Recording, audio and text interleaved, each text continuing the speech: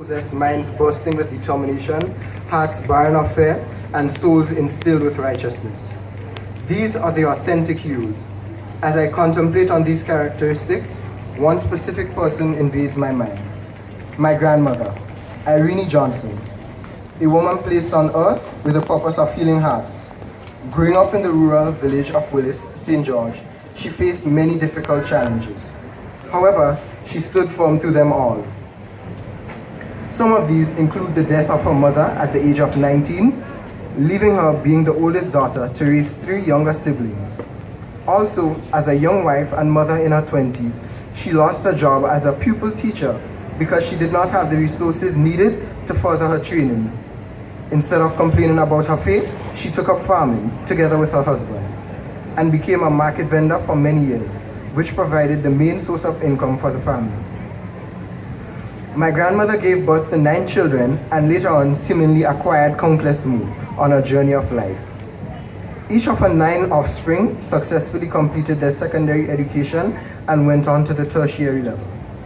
I will describe her as an empress of the village. I can vividly recall the stories that the older family members would tell me as they told me stories of their childhood.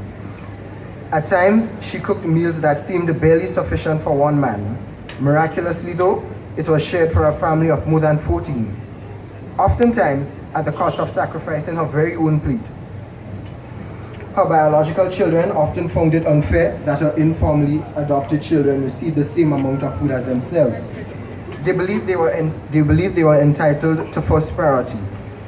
However, she never bat an eye at their quarrels.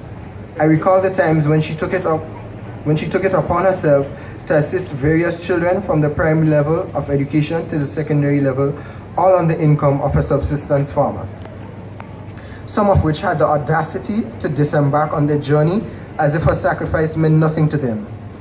With a broken heart, she wept silent tears. Still in her reserve, it mattered little. Her conscience was clear at the end of the day. I often ponder on where on earth she could possibly muster the strength to do all of this. Then it hit me. She's a very religious woman. I often hear her asking God to grace her with the strength to continue. No mortal woman could do this all by herself. Thankfully, her prayers are heard. Through every burned bridge or every closed door, she always made her way. In retirement, she can finally reap all that she has sowed, blessings returning to her tenfold, revered by an entire village. Royalty would be an understatement to her status. Mother of 9, adopted mother of countless, with a supernatural ability to distribute love and compassion evenly to each and every one of us without showing signs of having a favorite. At the very least, I would have to say I have just portrayed a watered-down version of a matriarch, my unsung hero, my grandmother, Irene Johnson. Thank you. Woo! I moved to